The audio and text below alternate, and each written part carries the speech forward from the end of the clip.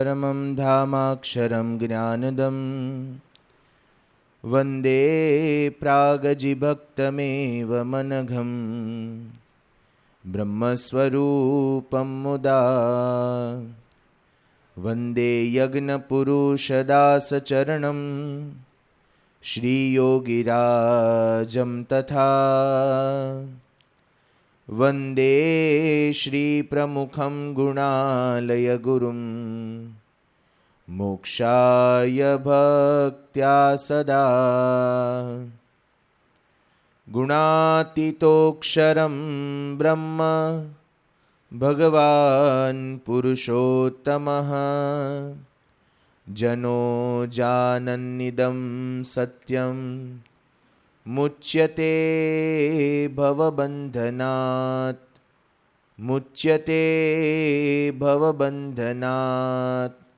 श्री स्वामीनारायण भगवाननी जय। अक्षर पुरुषोत्तम महाराजनी जय। गुणातीतानंद स्वामी महाराजनी जय। भगत जी महाराजनी जय। शास्त्री जी महाराजनी जय। योगी जी महाराजनी जय। गुरुहरि प्रमुख स्वामी महाराजनी। एकवार एक घरना आंगणानी अंदर एक नानकड़ो बाळक रमतो तो अने पोताना ज પડછાયા ઉપર हाथ મૂકવા માટેનો પ્રયત્ન કરતો હતો। बहु प्रयत्न करवा छतां पण પડછાયાના माथा ઉપર हाथ न मूकी शक्यो। गुणातीतानंद स्वामीए वातोमां ए पण लख्युं छे स्वामी के પડછાયાને क्यारे पुगाय नहीं, एम विषयनो क्यारे अंत आवे एवो नथी। पण आ પડછાયાના माथा ઉપર हाथ मूकवा माटेनो वारंवार प्रयत्न करतो तो एटले एना घरनी अंदर वडील व्यक्ति हता ए आव्या अने पेला बाळकने पूछ्યું કે શું કરે છે। ત્યારે પેલા બાળકે કહ્યું કે આ પડછાયાના માથા ઉપર મારે હાથ મૂકવો છે, એની માટેનો હું પ્રયત્ન કરું છું। પેલા વડીલ વ્યક્તિ કે એમ તું પડછાયાના માથા ઉપર હાથ મૂકવા જઈશ તો તું સવારથી સાંજ સુધી પ્રયત્ન કરીશ તો પણ નહીં મૂકી શકે। તો કે તમે જ મને શીખવાડો ને કેવી રીતે થઈ શકે। પેલા વડીલ વ્યક્તિએ પેલા બાળકનો હાથ લઈને એના પોતાના માથા ઉપર મૂકી દીધો અને પછી બતાવ્યું કે જો પડછાયાના માથા ઉપર હાથ મુકાઈ ગયો ને। થોડો સમય પસાર થયો। એકવાર ફરી પાછો બાળક એ આંગણાની અંદર રમતો હતો અને ત્યાં આગળ પ્રયત્ન કરતો હતો પડછાયાને પકડવાનો। માથા ઉપર હાથ તો મુકાઈ ગયો પણ પડછાયાને જેમ જેમ પકડવા જાય એમ પડછાયો આગળ ભાગે। ત્યાં એના ગામમાંથી એક સંત મહાત્મા પસાર થતા હતા। એ બાળકને પૂછ્યું કે બેટા શું કરે છે? ત્યારે એ બાળકે કીધું કે સ્વામી હું આ છે ને પડછાયાને પકડવાનો પ્રયત્ન કરું છું। હું જેમ જેમ એની પાછળ જોઉં એ મારાથી દૂર ભાગે છે, મારાથી આગળ જાય છે। એવું કંઈ થઈ શકે કે પડછાયાને હું પકડી શકું? પેલા સંતે કીધું કે તું જે ડિરેક્શનમાં ઊભો છે ને એનાથી ઊંધી ડિરેક્શનમાં દોડવા માંડ। પડછાયાને તારે પકડવો નહીં પડે, પડછાયો તારી પાછળ પાછળ આવશે। જે જગ્યાએ બાળક ઊભો હતો અને પડછાયાની પાછળ પાછળ દોડવા માટેનો પ્રયત્ન કરતો હતો એની જુદી દિશાની અંદર એ દોડવા માંડ્યો, પડછાયો એની પાછળ પાછળ આવવા માંડ્યો। સામાન્ય પ્રસંગ છે પણ આનો હાર્દ એવો છે કે જીવનની અંદર નાના મોટા ફેરફાર આપણે કદાચ જાતે કરી શકીશું પણ દિશા બદલવાનું કામ એ ગુણાતીત સંતનું છે। આપણા જીવનની કંઈક અંશે દિશા બદલી શકે, આપણું વર્તન બદલાય, આપણામાં મોટા અંશે પરિવર્તન આવે, એનું કામ એ આ ગુણાતીત સંત કરી આપશે, આ ભગવાનની વાતો કરી આપશે। આજે સભામાં બેઠેલા પ્રત્યેક માણસને સુખી થવાની ઝંખના છે। પ્રત્યેકને ઈચ્છા છે કે મારે સુખી થવું છે, મારે શાંતિ પ્રાપ્ત કરવી છે અને દિવસ દરમિયાનની ભાગદોડ એની માટેની જ હોય છે। સવારથી ઉઠ્યા ત્યારથી સાંજ સુધી આ મેઇન હાઈવે ઉપરથી લાખો ગાડીઓ રોજની પસાર થતી હશે। એ બધા ઉપાર્જન, અર્થ ઉપાર્જનની અંદર પાછળ દોડાદોડ કર્યા કરે છે। મૂળ એના અંતરની અંદર ઊંડે ઊંડે હેતુ તો આ જ છે કે આટલી ભાગદોડ કરીને પણ સુખ પ્રાપ્ત કરવું છે, શાંતિ પ્રાપ્ત કરવી છે। અને સુખ મેળવવા માટે લોકો જાત જાતના ટેમ્પરરી પ્રયત્ન પણ કેટલા બધા કરતા હોય છે। ધારો કે તમારે અહીંથી જવાનું હોય અમદાવાદ અને તમે બસ સ્ટેન્ડમાં ઊભા છો અને એ વખતે એક જ બસ આવે છે અને તમે 150 પેસેન્જર છો અને કેટલાક શું કરે છે, એસટી બસની અંદર પોતાને જગ્યા મળે એવી ન લાગે ને એટલે બાળકને છે ને બારીમાંથી અંદર ઉતારી દે અને પેલી સીટ ઉપર છોકરાને કહી દે આમ હાથ કરીને બેસી જવાનું, અને કોઈ પણ આવે ને એટલે ભેંકડો તાણજે કે આ તો મારા પપ્પાની જગ્યા છે, મારા મમ્મીની જગ્યા છે. છોકરાને હાથ લાંબો કરીને બેસાડી દે ઉપર, પછી નીચે 150 પેસેન્જરમાં ભલે ને છેલ્લો ચડે તો એને એમ હોય છે કે આપણી જગ્યા રિઝર્વ થઈ ગઈ, સુખી થઈ ગયો. પણ એ ક્યાં સુધી ટકશે? બહુ જાજુ નહીં ટકે. તમે અહીંથી અમદાવાદ જશો ત્યાં સુધી તમારું એ સુખ છે, પછી એ સુખ તમને નહીં પ્રાપ્ત થાય લાંબા ટાઈમ સુધી. ટેમ્પરરી સુખમાં પણ આપણે પ્રયત્ન કેટલો બધો કરીએ છીએ. પરદેશની અંદર અમેરિકામાં હમણાં એક ગોળી શોધાઈ છે. એ ગોળીનું નામ છે એક્સ્ટ્રસી. $16 એક ગોળી આવે છે. લોકો ફ્રસ્ટ્રેશન ડિપ્રેશનની અંદર જીવે છે એટલે પરદેશમાં ગોળી શોધાઈ છે. એ તમે ગોળી લો ને એટલે તમને અંદરથી કોક ગલગલિયા કરે અને માણસ હસ્યા જ કરે, સતત હસ્યા કરે. અને હસવાનું બંધ થાય ક્યારે? જ્યારે ગોળીનો પાવર ઓછો થાય ને ત્યારે. પણ એ પાવર ઘટી જશે એટલે પછી વાળી પાછી ઉદાસીન તો આવવાની જ છે. ઉદાસીનતા જીવનની અંદર આવશે એટલે પાછું દુઃખની શરૂઆત થશે. આ સુખ પણ ટેમ્પરરી જ છે. કેટલો બદલાવ લોકો પોતાના જીવનની અંદર લાવે છે. હમણાં પરદેશની અંદર એક ભાઈએ લગ્ન કર્યા. તમે બધા ઘણા બધા પરવારીને બેઠા છો, પણ તમે લગ્ન કર્યા છે એ ચોરીમાં લગ્ન કર્યા છે, જમીન પર. આણે હવામાં લગ્ન કર્યા. કેવી રીતે?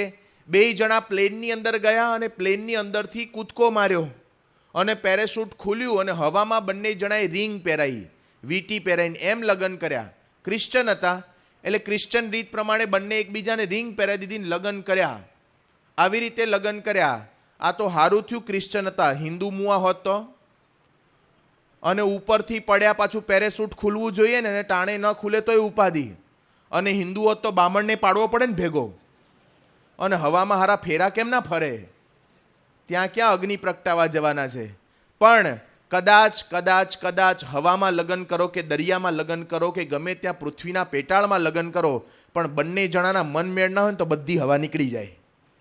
બંને જણાના મનમેળ નહીં હોય ને તો હવા નીકળી જશે. સુખ માટે વલખા મારીએ છીએ, પ્રયત્ન કરીએ છીએ, પણ પરિવારના પ્રશ્નો, પરિવારની સમસ્યાઓ એ આપણને નાના મોટા અંશે સુખ લેવા દેતા નથી. એટલે સુખ મેળવવા માટેની ઝંખના માટે સમસ્યાઓનું સમાધાન કરવું પડશે, જેની વાતો આપણે છેલ્લા 3 દિવસથી કરી રહ્યા છીએ.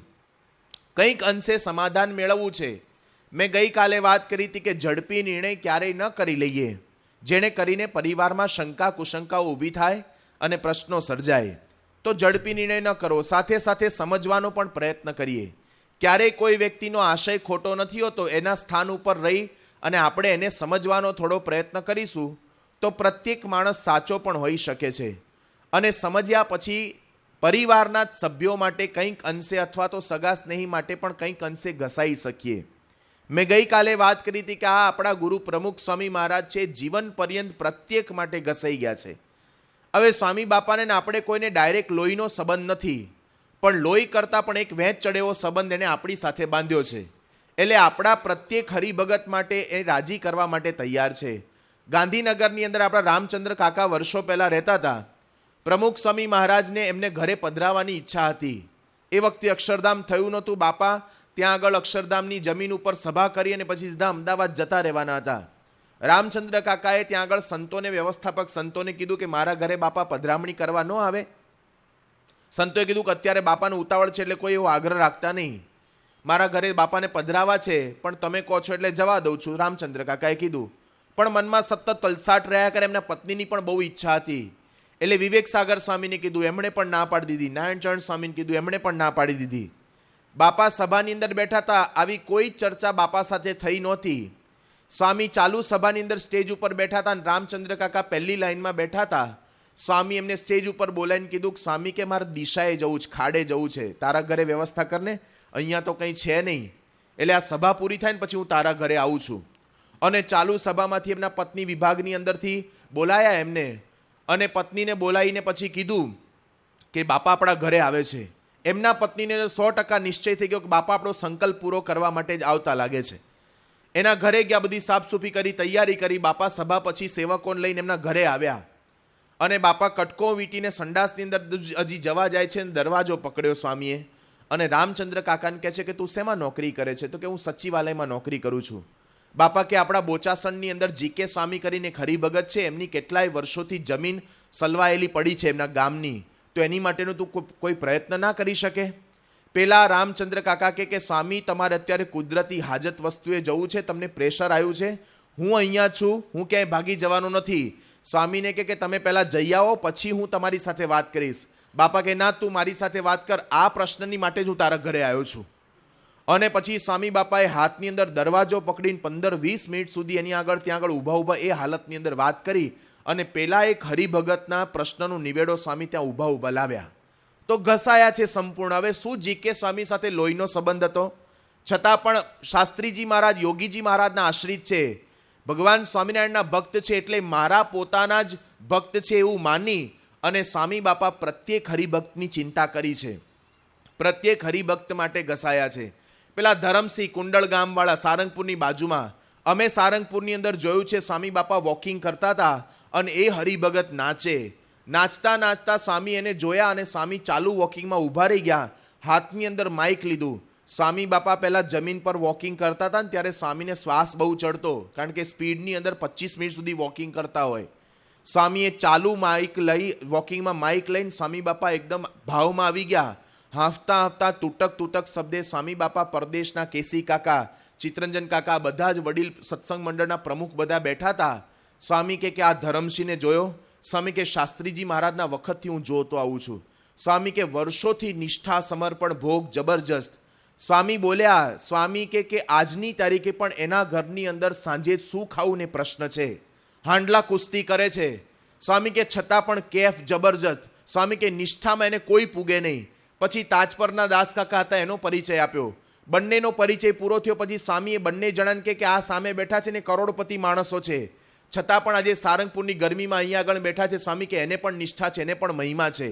આવો મહિમા એને કહેવા માંડ્યા. પણ એક ગામનો દુબળો માણસ, સામાન્ય માણસ, એનું પણ અંતરમાં સ્થાન પ્રમુખ સ્વામી મહારાજે રાખ્યું છે. અને પ્રમુખ સ્વામી મહારાજને એ ધરમસિંહે વર્ષો પહેલા કીધું કે સ્વામી મારા ઘરે પધરામણી કરવા માટે ન આવો. બાપા કે કોઈ સેવકોને કહેતો નહીં, તું બહાર છે ને ગેટ આગળ ઊભો રહેજે, તારા ગામને પાદર, હું ગાડી અંદર નાખી દઈશ. બાપા અમદાવાદ જવાના હતા બીજે દિવસે, રસ્તો એ જ જાય. ધરમસિંહ ત્યાં આગળ દરવાજા ગામને પાદર ઊભા રહ્યા અને સ્વામી બાપાની ગાડી પૂરપાટ જતી હતી. ગુરુ શિષ્ય વચ્ચે કઈ પ્રકારની ડીલિંગ થઈ હતી કોઈને ખબર જ નહીં. અને ગાડી જતી હતી પૂરપાટ અને એકદમ હંમેશા છે ને પેલો ઇન્દ્રવદન ગાડીમાં કોઈક વચ્ચે હાથ કરતો હોય કે વચ્ચે આવીને ઊભો રહે એટલે ગાડી સ્પીડમાં ભગાવે. સ્વામીએ એને લીવર દબાવ્યું ને એટલે સીધો હાથ પકડ્યો. સ્વામી કે આના ગામમાં અંદર નાખવાની છે ગાડી. તો ઇન્દ્રવદન કે સ્વામી એવું ક્યાં નક્કી થયું છે? સ્વામી કે હું કહું છું નાખ. પાછળ બધા સેવકો ઊંચા નીચા થાય પણ કોઈ કાંઈ બોલી શકે નહીં. અને ગાડી અંદર નાખી. પેલા ધરમસિંહને તો જાણે કુબામાં હાથી પેટ્યો એટલો કેફ થઈ ગયો. અને અંદર સામાન્ય 10x10ની ઝૂંપડું ઓરડી, એના ઘરે પ્રમુખ સ્વામી મહારાજ સામે ચાલીને પધરામણી કરવા ગયા. એને પારાયણની ઈચ્છા હતી. સ્વામી બાપાને ઘરની અંદર સામાન્ય નીલકમલની ખુરશી પણ આપી શકે એટલી તાકાત નહીં. સ્વામીને કંતારના કોથળા ઉપર બેસાડ્યા. સ્વામી કે તારા ઘરમાં કંકુ હોય તો લાવ આપણે ચાંદલા કરીએ. શોધ્યું પણ કંકુ ન મળ્યું. પોર્ટફોલિયાની અંદરથી કંકુ કાઢ્યું ને સ્વામી બાપાએ ઠાકોરજીના ચાંદલા કરાવડાવ્યા. સ્વામી કે વચનામૃત લાવ, આપણે વચનામૃત વાંચી લઈએ. ઘરની અંદર વચનામૃત જેટલું સામાન્ય પુસ્તક પણ મળ્યું નહીં. અને બાપાએ પોતાની પૂજાની અંદરથી પેલી નિત્ય વિધિ કઢાવડાવી અને સ્વામી બાપાએ ત્યાં જાતે એના કોથળા ઉપર બેસીને વચનામૃત વાંચ્યું. અને સ્વામી છેલ્લે બોલ્યા, સ્વામી કે ધરમસિંહ તારી પારાયણની ઈચ્છા હતી ને તારી પારાયણ આવી ગઈ. એણે પોતાના ફાળિયાની અંદરથી ₹1 કાઢ્યો અને ઠાકોરજી આગળ ભેટ મૂકીને આંખમાં આંસુ સાથે કીધું કે બાપા મારી જીવન પર્યંતની આજે ₹1 મૂડી હતી એ ઠાકોરજીના ચરણે અર્પણ કરું છું.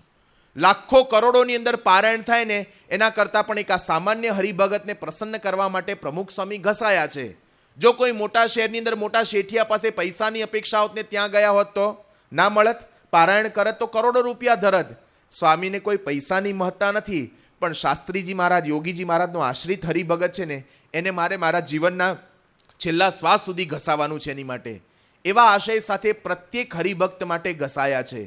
તો પરિવારના આપણા જ સભ્યો હોય એની માટે કંઈક નાના મોટા અંશે ઘસાવાનું થાય, એની કંઈક મદદ કરવાની ભાવના આપણા અંતરની અંદર જન્મે તો પરિવારની સઘળી સમસ્યાઓનું સમાધાન થઈ શકે છે. બીજું એક સમસ્યાનું સમાધાન એ પણ છે કે અત્યારે મોટો બર્નિંગ પ્રોબ્લેમ હોય તો એ છે સહન શક્તિનો અભાવ. ઘરની અંદર, પરિવારની અંદર નાના મોટા અંશે કંઈક સહન નથી કરી શકતા એટલે વિખવાદ સર્જાય છે. આજે આપણા બધાના મનની અંદર એક મેન્ટાલિટી છે કે જે લાચાર હોય ને જ સહન કરી શકે, જેના જીવનની અંદર લાચારી છે, જે નિર્બળ છે, જે કાંઈ કરી ન શકે ને જ સહન કરી શકે. આપણે સહન કરવાનું ના હોય આવું વિચાર કરીએ છીએ આપણે, એટલે આપણે સહન નથી કરી શકતા. રસ્તા ઉપર જતા હોય, ટ્રાફિકના સિગ્નલમાં ઊભા હોય ને પેલા સામાન્ય ગરીબ માણસો પોતાના શર્ટથી બિચારા છોકરાઓ આપણી ગાડી સાફ કરતા હોય, ત્યારે કંઈક પૈસા માગે ત્યારે આપણે કાચ ચડાવી દઈએ છીએ ને કંઈક જા આગળ છૂટતા નથી. એ જે પરિસ્થિતિ જોઈએ છે ને ત્યારે એમ લાગે કે આ ભિખારી માણસો ગરીબ હોય ને જ સહન કરી શકે. આપણે તો પૈસાવાળા છે, પ્રતિષ્ઠિત ઘરના છીએ, આપણે શા માટે સહન કરવાની જરૂરિયાત છે? લાચારી મનાય છે, પણ સહન કરવું એક ખાનદાની મનાય તો પરિવારની સઘળી સમસ્યાઓનું સમાધાન થઈ શકે.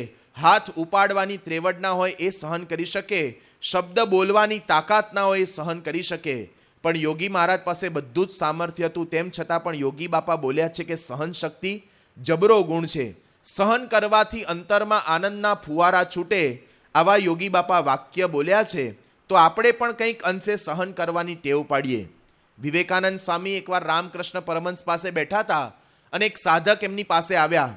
આવીને સાધક કહે છે કે મારા દુઃખી જીવનનો કોઈ ઉપાય ખરો? ત્યારે એ વખતે પેલા સાધકને જ્યારે આવી વાત કરી ત્યારે રામકૃષ્ણ પરમહંસ એવું બોલ્યા કે તને કક્કો આવડે છે? તો કે હા મને આવડે છે કક્કો.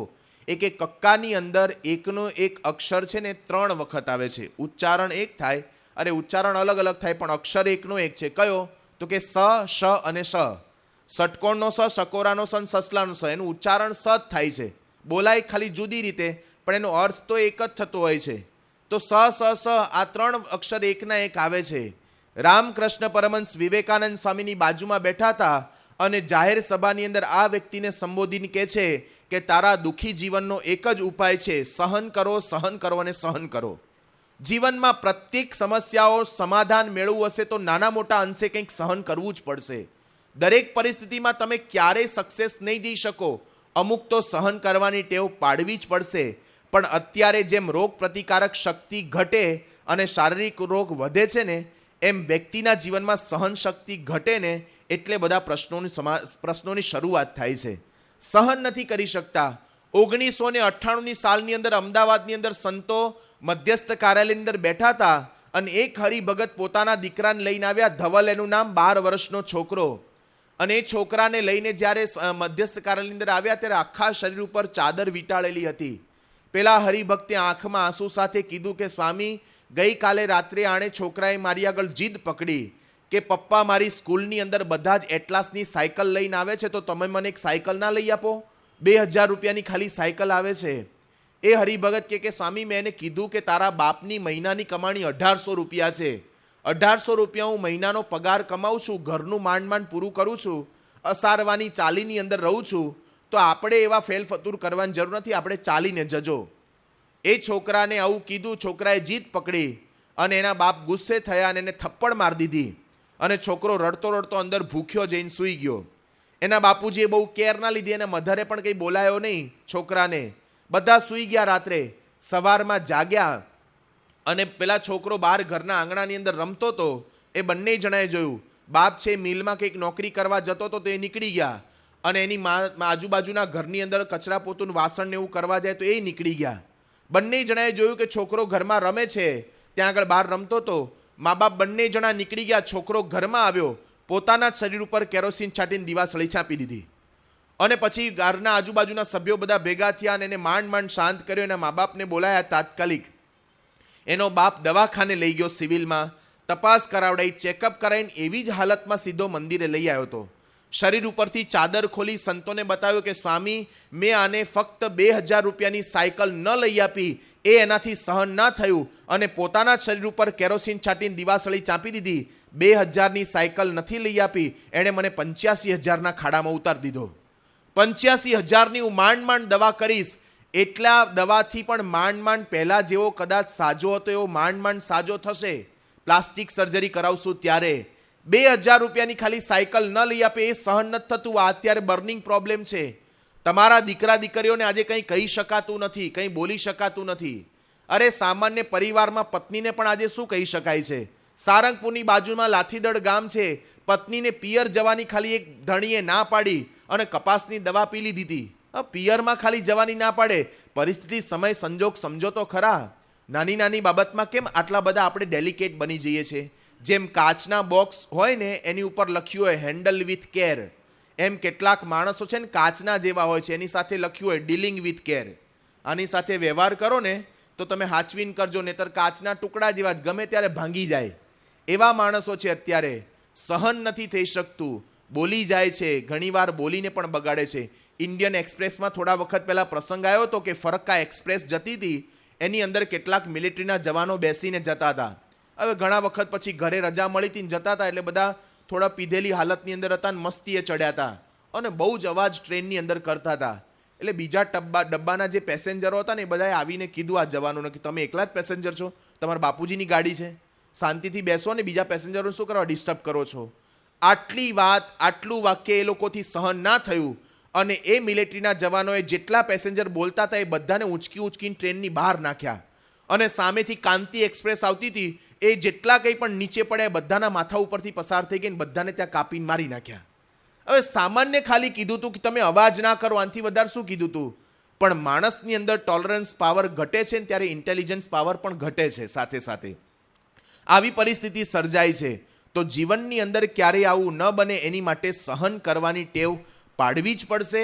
તો જ આપણે પ્રશ્નનું સમાધાન પરિવારની અંદર, ઘરની અંદર કરી શકશું. તો નાના મોટા અંશે કદાચ બહુ ના સમજાય ને તો કંઈ નહીં, આ લોકોનું ખાલી જીવન જોઈએ ને, આ ગુણાતીત પરંપરાનું જીવન પર્યંત એક પ્રસંગ એવો નથી કે પોતે સામર્થ્ય ધરાવે છે, બધા અનંત કોટી બ્રહ્માંડ એક એક રૂવાડે ઉડતા ફરતા હોય એવું સામર્થ્ય એમની પાસે છે, છતાં પણ પ્રત્યેક સામાન્ય વ્યક્તિનું સહન કર્યું છે. ક્યારેય એક શબ્દ બોલ્યા નથી, ક્યારેય કોઈ ફરિયાદ કરી નથી. પ્રમુખ સ્વામી મહારાજ કે યોગી બાપાનું તો જીવન સહન શક્તિથી ભરેલું હતું. 17 વર્ષ જે વ્યક્તિની ભેગું રહેવાનું હોય, એક દિવસ ખાલી ન હોય એવા પુરુષને એમણે માર્યા છે. કેટલા બધા માર્યા છે. વિજ્ઞાનદાસ સ્વામીએ ક્યાં બાકી રાખ્યું છે? અડવાણની બાજુનું એક ગામ, એની અંદર યોગી બાપા અને વિજ્ઞાનદાસ સ્વામી ગયા હતા. આપણે 1000 વાર આ પ્રસંગ સાંભળ્યો છે. અને ત્યાં આગળ યોગી બાપા બેઠા હતા અને વિજ્ઞાનદાસ સ્વામી મંદિરમાં બેઠા હતા. અને ગામમાં એક દરબારના પત્ની સત્સંગી, એમણે પત્નીએ કીધું એમના પતિને કે જાઓ આપણા તરફથી સંતોને રસોઈનું સીધું આપી આવો. સીધું આપવા માટે જાય છે અને દરબારે સીધું આપ્યું. યોગી બાપાએ કીધું કે દરબાર બપોરે જમવા માટે આવજો. દરબાર કે સારું સ્વામી આવીશ. બપોરે જમવા માટે ત્યાં આગળ બોલાવ્યા, દરબાર જમવા માટે આવ્યા. યોગી બાપાએ રસોઈ પીરસી તો એની અંદર જે પેલી રોટલી આવી ને, કોરી રોટલી આવી. હવે દરબારે બાપ જિંદગીમાં કોદાડો કોરી રોટલી નહીં ખાધી હોય, એટલે મનની અંદર પહેલો સંકલ્પ શું થયો કે આ સ્વામિનારાયણના સાધુ બધા ઘી ખાઈ ગયા. અમે રસ્તા ઉપરથી જતા ને તો લોકો કહેતા એ ચોખ્ખું ઘી જાય, એટલે અમને લોકો ચોખ્ખું ઘી સમજે છે. અને એમાંય પાછું જતા હોય તો એ લાડવા જાય, એ સ્વામિનારાયણના સાધુ મુંડિયાઓ જાય, આવું કેટલાક બોલે છે. અહીંયા આવે તો ખબર પડે ઘી કેવું નીકળે છે. અહીંયા આવે તો ખબર પડે, એમને એમ ખ્યાલ નથી આવતો. એટલે આને મનમાં એવી જ પૂર્વ ધારણા કે સ્વામિનારાયણના સાધુ બધા ઘી ખાઈ ગયા અને આપણે કંઈ આપણા માટે કોરી રોટલી આપી. એક તો મારું જ સીધું, મારા જ ઘરનો સામાન અને મને કોરી રોટલી ખવડાવી. એકાદી રોટલી માંડ માંડ ખાધીને જેમ તેમ હડસેલી થાલીને ઊભા થઈ ગયા. યોગી બાપાજી કંઈ પીરસે બોલે પહેલાં તો બહાર નીકળી ગયા. વિજ્ઞાનદાસ સ્વામી મળ્યા કે ઉભા રહો દરબાર, થોડી કથા કરીએ. એ કે સ્વામી મારે તમારી કોઈ કથા બથા સાંભળવી નથી, એમ કરીને ઉપેક્ષા કરીને નીકળી ગયા. આનું રિફ્લેક્શન, આનું રિએક્શન યોગી બાપા ઉપર આવ્યું અને યોગી બાપાની પાસે આવીને વિજ્ઞાનદાસ સ્વામી કહે કે તે આ દરબારને નહીં સાચવ્યા હોય ને એટલે જ આ દરબાર ઊભા થઈને ભાગી ગયા છે. અને યોગી બાપા ઉપર ગુસ્સે થયા, ધોલ ધપાટ કરી, શબ્દો માર્યા. તેમ છતાંય સહન ન થયું. અંદર ચૂલાની અંદરથી સળગતી ચૂલમાંથી લાકડું લઈ આવીને યોગી બાપાને માર્યા છે. યોગી બાપાની પીઠ ઉપર સોર ઉઠી ગયા, મોઢું સૂજી ગયું અને બોનસની અંદર ઉપવાસ આપ્યો કે જોગી આજે તારે ઉપવાસ આપી દીધો. યોગી બાપા એક શબ્દ બોલતા નથી, જમ્યા નથી. વાસણ ઉટકી, વિજ્ઞાનદાસ સાંઈ તો જમી લીધું, એમણે વાસણ ઉટકીને થાંભલાને અઠેલીને માળા ફેરવા બેસી ગયા. પોતાનું ગાતરિયું ફાડી નાખ્યું હતું, મોઢું સૂજી ગયું હતું, પીઠમાં સોર ઉઠી ગયા હતા. એવી હાલતમાં ઉપવાસ કરીને પણ યોગી બાપા ભગવાનનું ભજન કરે છે, માળા ફેરવે છે. આ બાજુ દરબાર ઘરે પહોંચ્યા. એમના પત્નીએ કીધું કે કેમ બરાબર જમ્યા ને? એ કે જવા દે, તારા સ્વામિનારાયણના સાધુ બધા ઘી ખાઈ ગયા મને કોરી રોટલી ખવડાવી. એના પત્નીની આંખમાં આંસુ આવી ગયા. એના પત્ની કહે છે કે શું કરવા મિથ્યા અપવાદ કરો છો? ખોટો આક્ષેપ શા માટે મૂકો છો મારા સાધુ ઉપર? તમે જ્યારે સીધું લઈ ગયા ને ત્યારે ઘીનો ગાડવો તો અહીંયા ઘરમાં જ ભૂલી ગયા છો. આ પડ્યો અહીંયા આગળ અને પેલા દરબારને ફાળ પડી કે મારાથી શું થઈ ગયું. હાથની અંદર ઘીનો ગાડો લઈને દરબાર દોડ્યા, મંદિરમાં આવ્યા ત્યારે આ બાજુ બધો ખેલ પૂરો થઈ ગયો હતો. યોગી બાપા હાથ થાંભલાને અઠેલીને માળા ફેરવતા હતા. યોગી બાપાને કહે, સ્વામી આ ઘીનો ગાડવો તો હું મંદિરે ઘરે જ ભૂલી ગયો હતો, મારી ભૂલ થઈ ગઈ, માફ કરજો. યોગી બાપા કે હાલો હાલો ગુરુ, તમે ભૂખ્યા ગયા છો ને, તમને જમાડી દઈએ, રસોઈ હજી પડી છે. યોગી બાપા ઊભા થયા, પીઠ ઉપરથી ગાતર્યું સર્યું અને પાછળ સોર ઉઠી ગયેલા જોયા ને દરબારે ચીસ પાડી કે સ્વામી આ શું છે? યોગી બાપાએ ગાતર્યું ઢાંકી દીધું ને યોગી બાપા કે આ તો અમારા ગુરુની પ્રસાદી છે. એ કે કાંઈ નથી, હાલો હાલો કે જમી લઈએ. યોગી બાપાને અંદર જમવા, યોગી બાપાએ પેલા દરબારને જમવા બેસાડ્યા.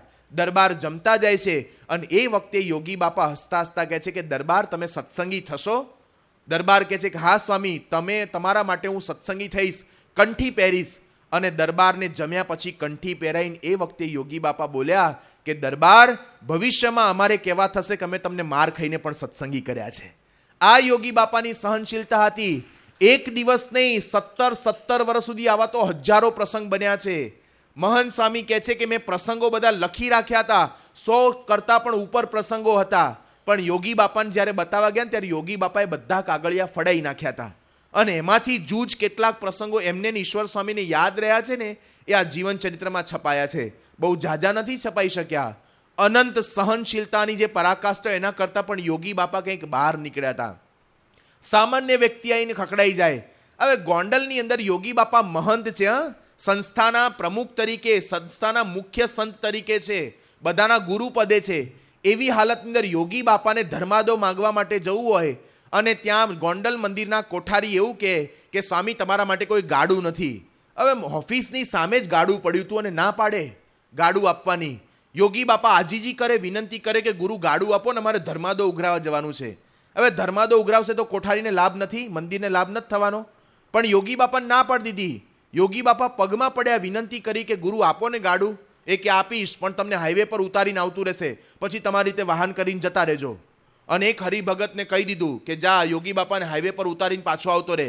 યોગી બાપા ગાડામાં બેઠા, ગાડું લઈને ગયા, હાઈવે પર પહોંચ્યા અને ત્યાં આગળ પેલો હરિભગત કે સ્વામી ઉતરો ઉતરો, હાલો કે મને કોઠારીએ કીધું પાછું લઈને જવાનું છે.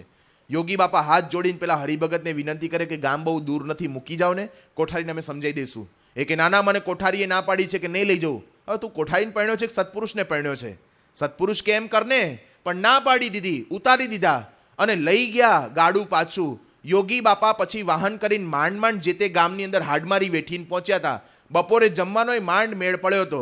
હવે ધર્માદો ઉઘરાવાનો લાભ હતો, ફાયદો હતો, છતાં પણ પેલા કોઠારીનો વિચિત્ર સ્વભાવ પણ યોગી બાપાએ સહન કર્યો છે. એમના પોતાના જ સેવક નરનારાયણ દાસ કરીને મહંત સ્વામી ઘણીવાર પ્રસંગ કહે છે, ભેગા રહેતા હતા અને યોગી બાપાને ઠંડીનું અંગ, તો યોગી બાપા કે મારી પથારી રાત્રે બહાર ના કરો, અંદર કરો, મને ઠંડી લાગે છે. તો આ એમનો ચેલો આ નરનારાયણ દાસ સાધુ શું કે, એ કે સ્વામી તમે તો બહુ બોલતા ને, ઠંડા પાણીએ નાતા ને, 3 વાગે ઉઠતા ને, પ્રભાતિયા ગાતા ને, ક્યાં ગયો એ બધો વૈરાગ્ય? બહાર જ સુવાનું છે, અંદર નથી સુવાનું. કોણ કોનો ગુરુ ને કોણ કોનો ચેલો ખબર જ ના પડે. યોગી બાપા હાથ જોડીને કે હારું ગુરુ, તમે કહો છો એમ, તમે કહો છો એમ થશે. અંદરથી બહાર પથારી લાવે, સુવડાવે યોગી બાપાને અને પાછા એ તો સદગુરુ અંદર જઈને સુઈ જાય. એ સેવક પાછો અંદર જઈને સુઈ જાય અને યોગી બાપાને બહાર સુવડાવે. રાત્રે 12, 12:30 થાય ને મહંત સ્વામીને વિનુ ભગતને જગાડે અને જગાડીને કે હાલો હાલો ગુરુ, કે ક્યાં? કે અંદર સુઈ જઈએ. અંદર લઈ જાય, યોગી બાપાને પથારી પાથરી દે, મહંત સ્વામીને બાજુમાં સુવડાવે. સવાર 4 વાગે ને યોગી બાપા કે હાલો હાલો ભગત જાગો. એ કે કેમ? એ કે પથારી બહાર કરી દો. કેમ? એ કે પેલા ગુરુને એવું ના લાગવું જોઈએ કે યોગી બાપાએ મારી આજ્ઞા નથી પાડી. હવે આવું કરવાનું હોય, પણ પેલા સેવકને પણ નારાજ ના કરે, એનું પણ સહન જીવન પર્યંત કર્યું છે. યોગી બાપાના જીવનકાળના પ્રત્યેક પ્રસંગો આપણને સહન શક્તિની પ્રેરણા આપે છે. વિચિત્ર સ્વભાવવાળા હોય, ગમે તે વિપરીત સંજોગો હોય, છતાં પણ યોગી બાપાએ ક્યારેય કોઈની ફરિયાદ કરી નથી. તો આપણે તો ક્યાં દુનિયાના માણસોનું સહન કરવાનું છે? કંઈક અંશે કોક બોલી જાય, કંઈ કહી જાય તો સહન કરી લેજો. ઉત્સાહથી સહન કરશું તો આપણી સમસ્યાનું સમાધાન થશે. પણ આપણી પ્રકૃતિ એવી છે કે ઈંટકા જવાબ પથ્થર છે, ટીટ ફોર ટેટ. અમાર જગત પાવન સ્વામી કાયમ બોલતા, જેવા સાથે તેવા થઈએ તો ગોમ વચ્ચે રહીએ, આવું કાયમ બોલતા. આવી પરિસ્થિતિ પણ માણસના જીવનની અંદર હોય છે. સહન શક્તિનો અભાવ છે. એણે કરીને જ્યારે રામચંદ્ર ભગવાન સીતા માતા સાથે લગ્ન કરવા માટે જાય છે ત્યારે રામાયણની અંદર બહુ સરસ વર્ણન છે કે સીતા માતાને એમના માતુશ્રી ઉપદેશ આપે છે કે તું આજે લગ્ન કરીને કોકના ઘરે જાય છે પારકી થાપણ થાય છે, તો તું કોઈના ઘરે જાય છે તો તારા સાસરિયાનું ઘર છે પોતાનું ઘર માનજે, તારા સસરાને તારા બાપુજી માનજે, તારી સાસુને તારી માં માનજે, તારા નણંદને તારા દિયરને ભાઈ બહેન માનજે, અને ક્યારેય પણ કોઈ દિવસ પણ તું ઘરનો ઉમરો ઓળંગીને પાછી ન આવતી. આવો સદુપદેશ આપ્યો છે. આજની તારીખે તમારી દીકરીઓને પરણાવો છો ને તો ઘણા શું કહે છે ખબર છે?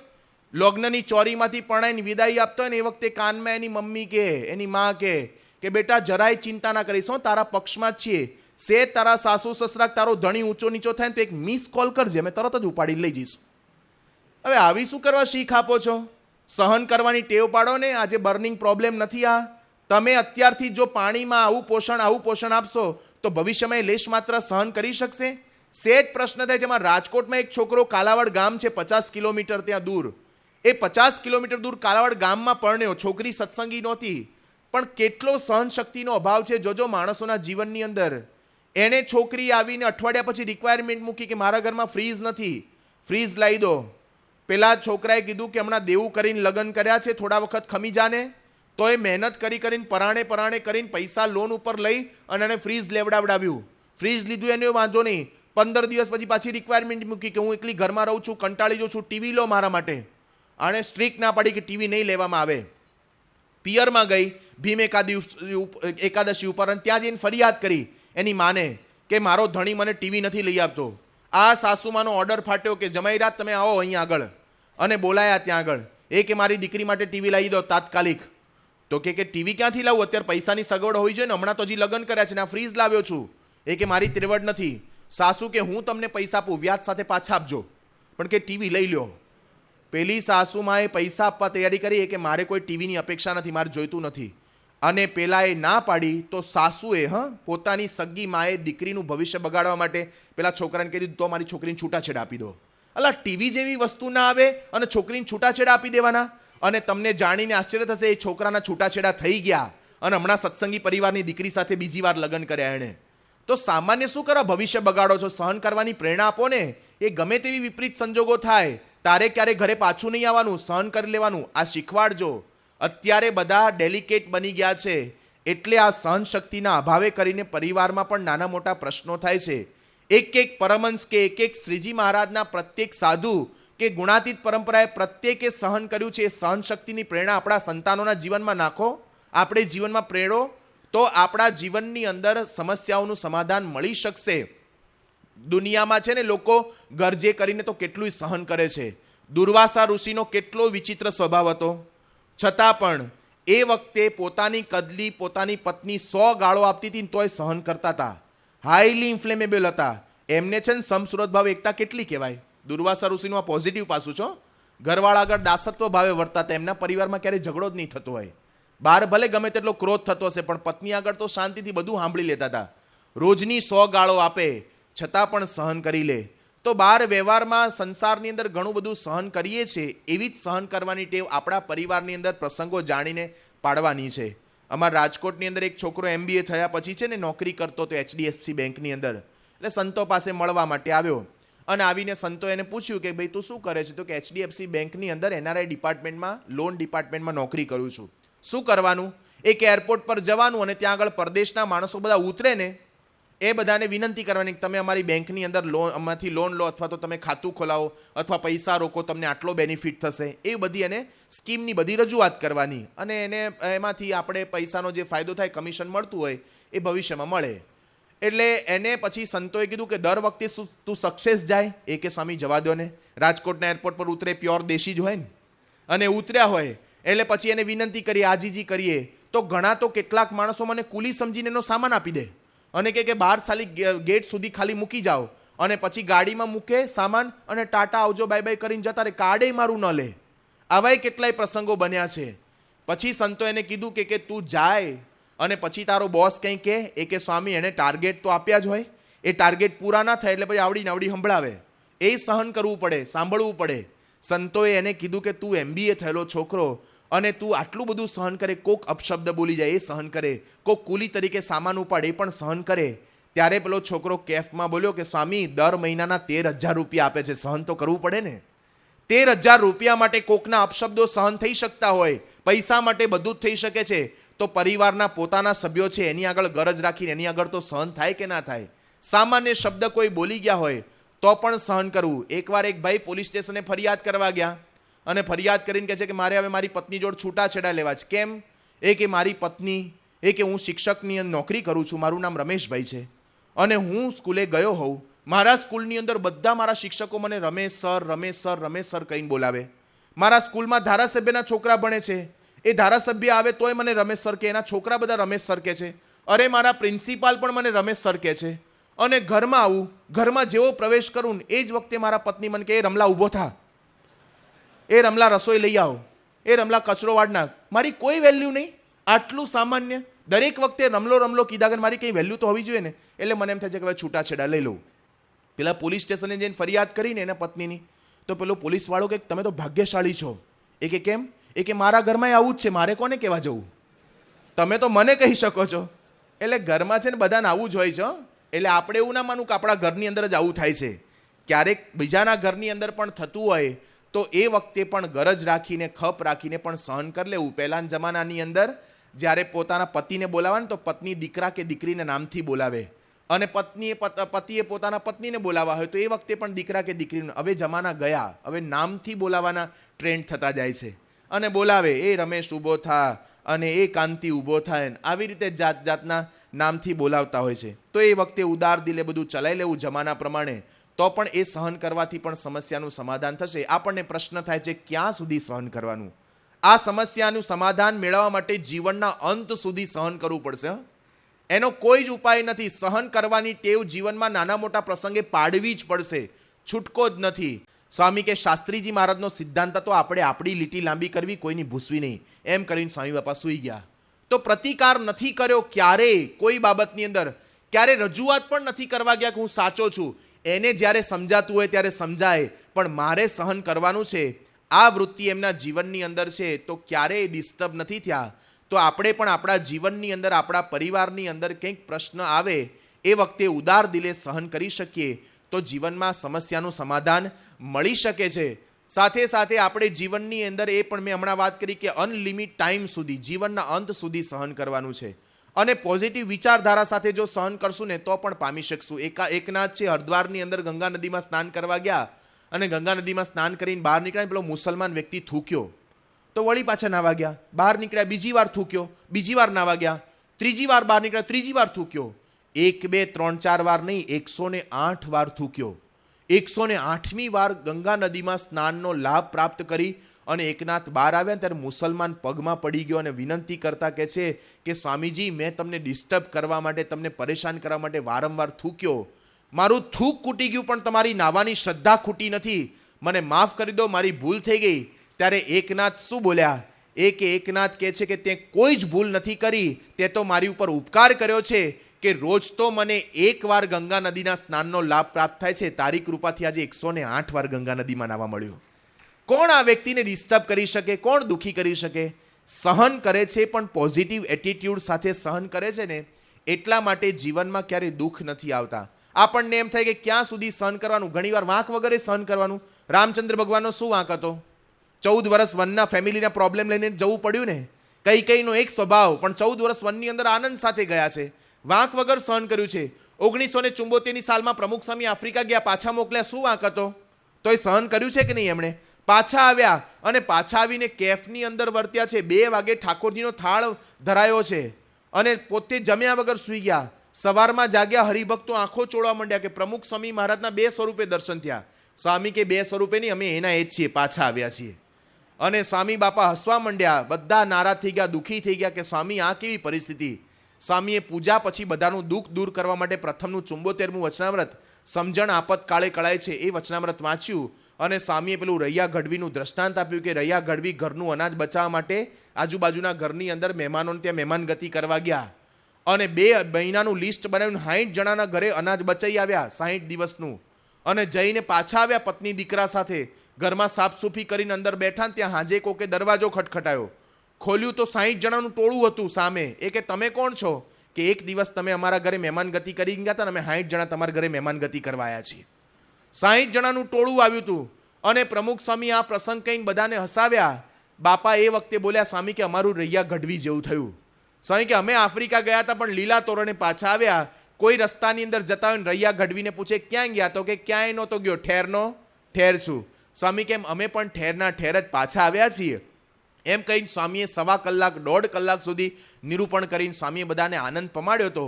પણ પાછા આવતા હતા ત્યારે કોઠારી બાપાની ડાયરીમાં લખ્યું કે પોતાને આત્મારૂપ અક્ષરરૂપ માને તો ક્યારેય માન અપમાન જેવું લાગે નહીં. શું વાંક હતો પ્રમુખ સ્વામીનો?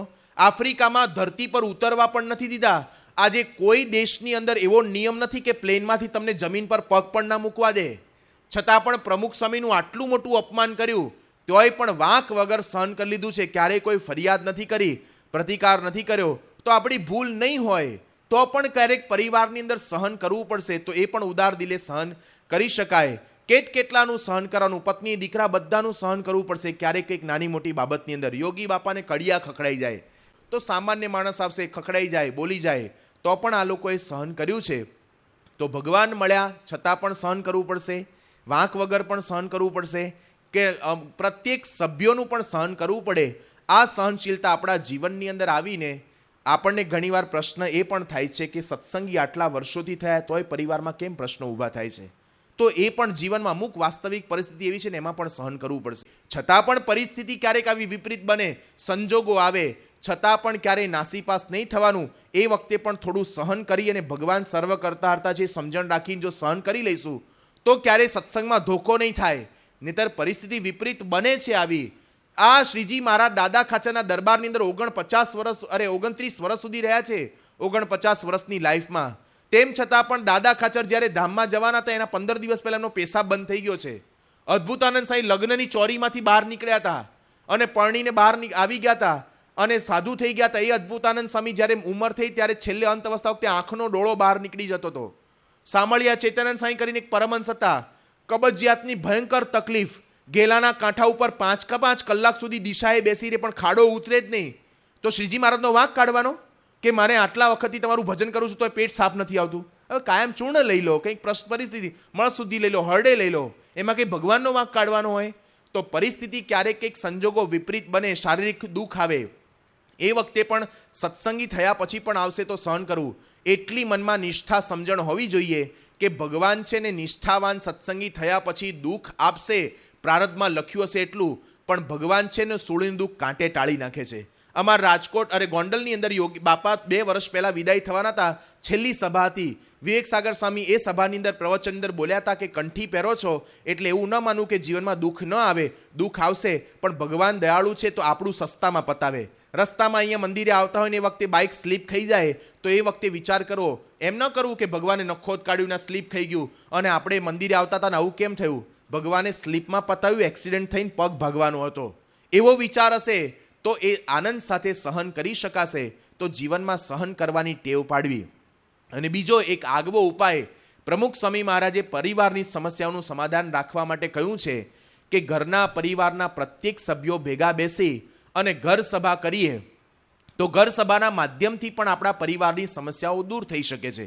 સામાન્ય આપણને લાગે છે આ ઉપાય, હો સાંઈ બાપા કેટલી વાર નગારા વગાડીને કીધું છે. મધ્યસ્થ કાર્યાલયવાળા દર વખતે પ્રોજેક્ટ આપે છે કે ઘર સભાનું સંવર્ધન કરો, કાર્યકરો આપણા ઘરે આવે, સંતો દ્વારા ફોલોઅપ થાય. તેમ છતાં પણ આપણને આ ઉપાય સામાન્ય લાગે છે. આ પ્રમુખ સ્વામી મહારાજનો હૃદયગત સિદ્ધાંત છે. એમને પોતાનો આગવો વિચાર છે અને હજારો એવા પ્રસંગો હરિભક્તોના બન્યા છે. આખું પ્રકાશ અક્ષરવત્સલ સ્વામી લખીને બહાર પાડ્યું હતું કે ઘર સભા કરવાથી કેટલા હરિભક્તોના જીવનમાં ફાયદો થયો છે. 12 વર્ષની દીકરી ઇંગ્લિશ મીડિયમમાં ભણે અને આ છોકરીનો અત્યંત જડ સ્વભાવ, એટલે આમ જીદ્દી સ્વભાવ, કંઈ પણ કે ના જ પાડ દે કે હું નહીં કરું. એના પપ્પાએ વિચાર કર્યો કે આપણે ઘર સભા શરૂ કરીએ તો કંઈક સમાધાન આવશે. ઘરમાં બધા ભેગા થયા, આમના પત્ની, આ હરિભગત, એમની દીકરી, 3 જ જણા ઘરમાં, અને યોગી બાપાની યોગી ગીતા સામાન્ય વાંચવાની શરૂઆત કરી. એમાં વાક્ય આવ્યું, યોગી બાપા કે પોતાનો એકડો સાચો રાખવો નહીં, કટ વળી જવું. એટલે આ છોકરીને સમજાવ્યું નહીં. એણે પૂછ્યું એના પપ્પાને કે what is the meaning of cut. એ કે મને કટનો અર્થ નથી ખબર, તમે સમજાવો. હવે અમુક વાર છે ને અમુક ગુજરાતી શબ્દનું અંગ્રેજી ન થાય ને અંગ્રેજી શબ્દનું ગુજરાતી ન થાય. એ તમે ગમે તે કરો. અમારા રાજકોટમાં છે ને શબ્દ બોલે છે બઠ્ઠો પડી ગયો. હવે મને તો 6 મહિના સુધી સમજાતું જ નહોતું કે બઠ્ઠો પડી ગયો એટલે શું. લોકો એમ પોતાની રીતે બોલ્યા કરતા અને ચલાયા કરે, પણ અમુક પ્રાદેશિક શબ્દો એનું બઠ્ઠો પડી ગયું તમે અંગ્રેજી કરો શું. એટલે આણે એના બાપુજીએ સમજાવ્યું કે કટ વળી જવું એટલે શું, તો એમ કીધું ફ્લેક્સિબલ થવું, સરળ થવું. એને સમજાવ્યું કે તું મમ્મી પપ્પાનું કયું નથી કરતી ને, એટલે યોગી બાપા કહે છે કયું કરવું. ત્યાં છોકરીને અંતરદ્રષ્ટિ થઈ કે હું ખરેખર તમારું કયું નથી કરતી. યોગી બાપા કહે છે તો હવે કરીશ.